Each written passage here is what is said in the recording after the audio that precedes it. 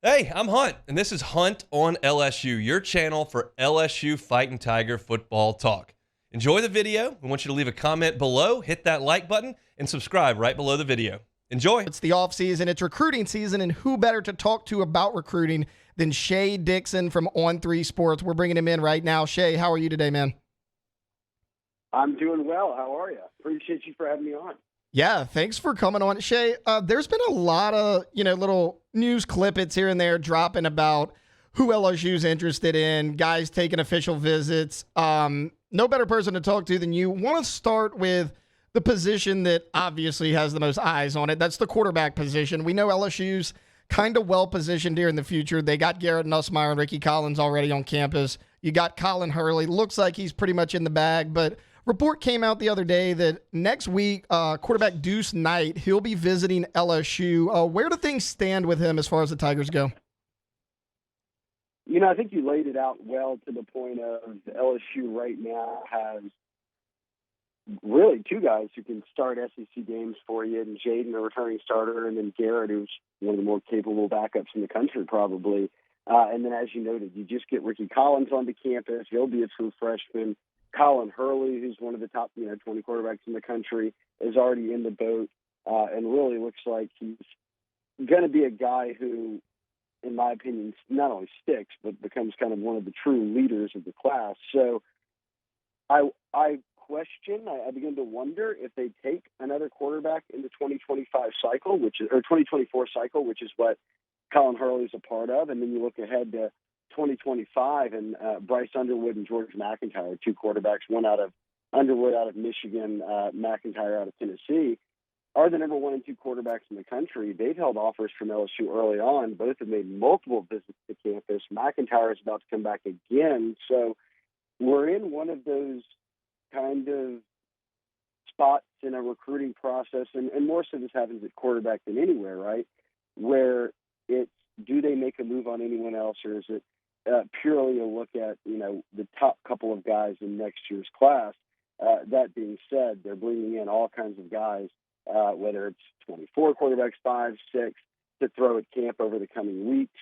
I think it'll at least be worth monitoring, but right now my eye is really on those top 2 guys in next year's class.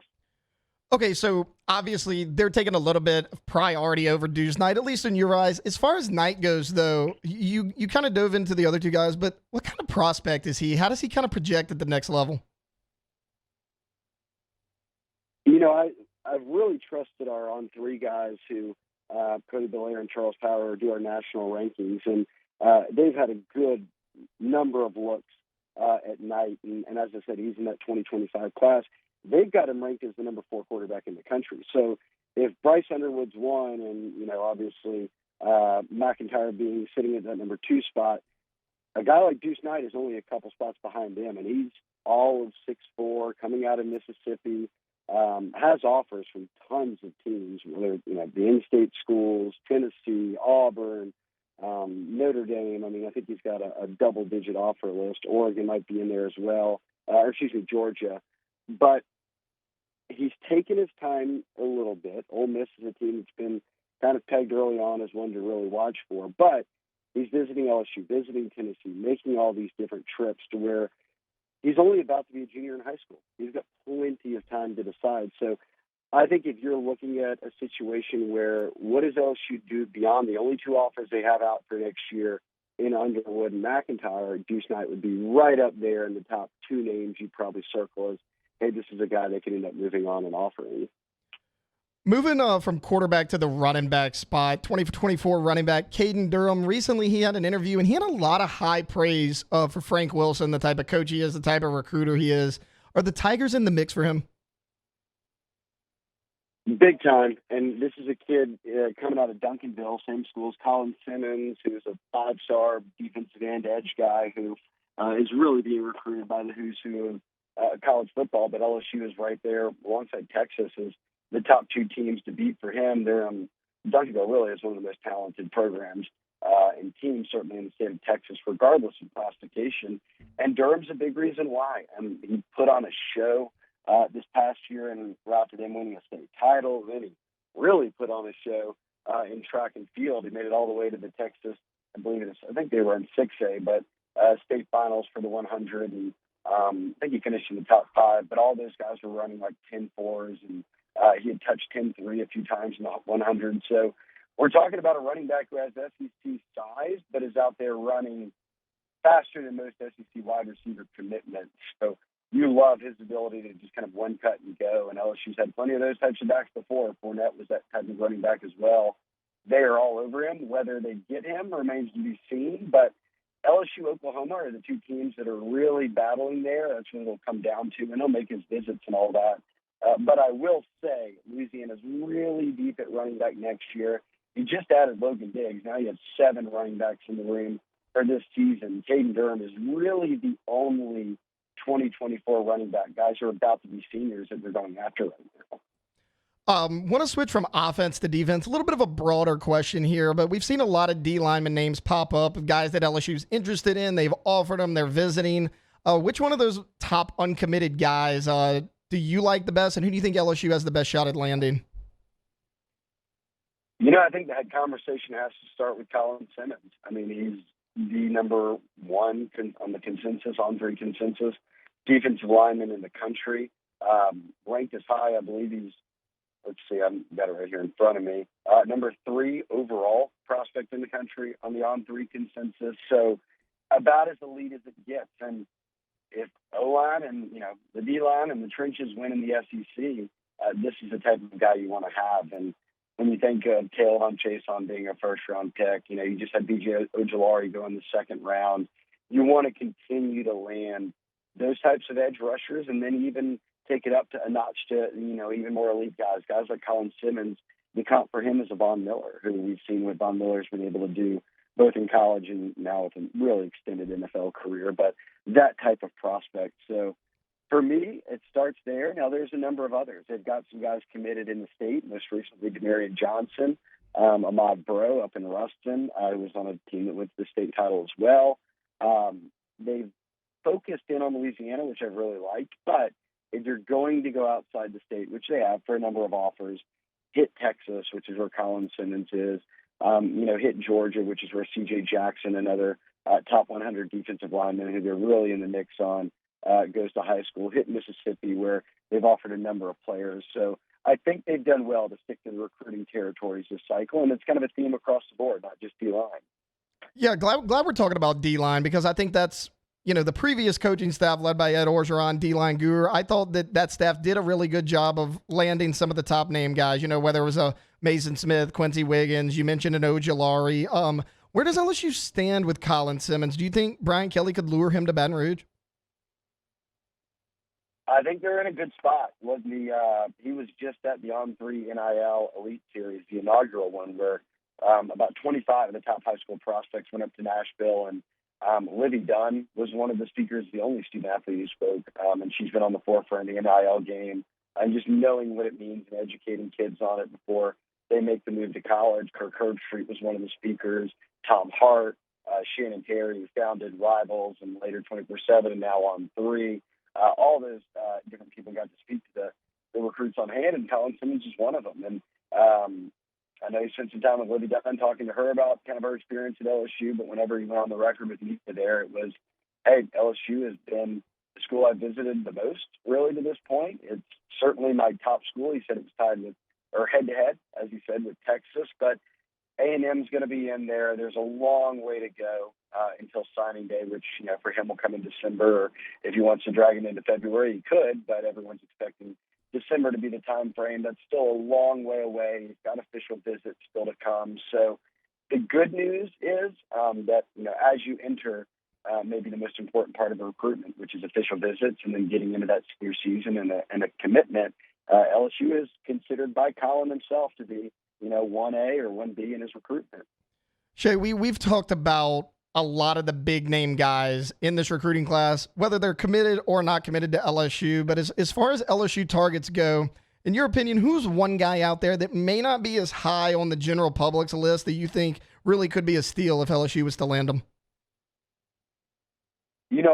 I'll circle a guys coming in this weekend, and they'll have an O-line, D-line camp on Friday, but kind of the big storyline of the weekend will probably be the Friday to Sunday official visits, which are the first of the month of June for them. And they've got a handful of kids coming in, but including a 5-star offensive tackle in Jonathan Daniels. But I'll pick another offensive lineman, a 3-star out of Georgia, and Marcus Mescal, who Brian Kelly and I should say Brad Davis, but Brian Kelly greenlights all these offers and certainly the commitments. And he's a guy that they're bringing in and would take a commitment from. And if Brian Kelly and Brad Davis are signing off on another lineman, I don't care if he's a 3-star or he doesn't have maybe some of the same offers that other kids have.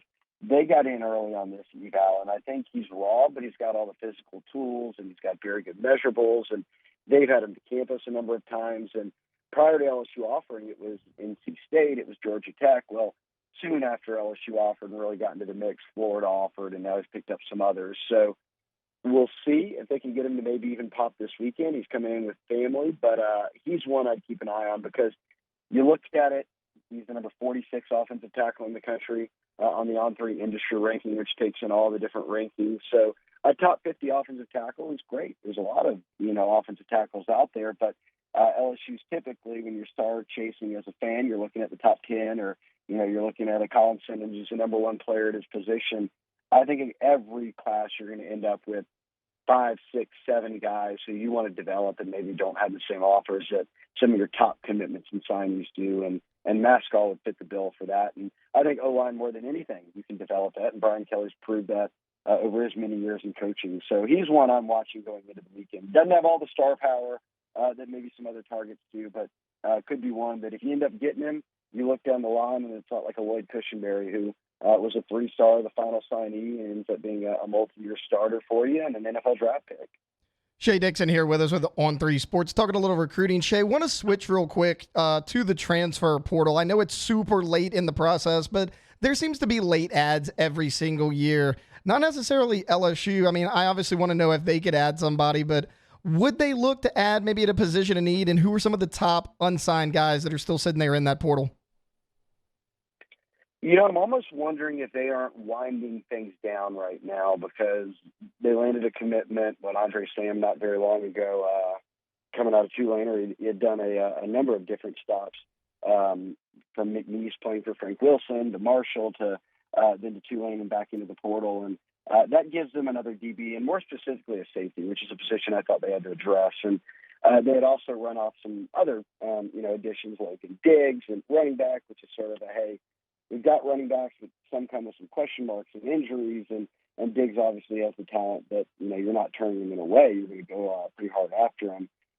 I now start to wonder, do you be a bit more selective? You're, only a handful of spots out from being at the scholarship limit, and you don't want to take guys just to take them, especially if they've got multiple years left because, every year you're trying to recruit even better and better. So I think they've been very smart so far about offering in the portal, and right now it seems to be that the focus is, especially after that second window closed, is starting to shift a lot back more to high school recruiting.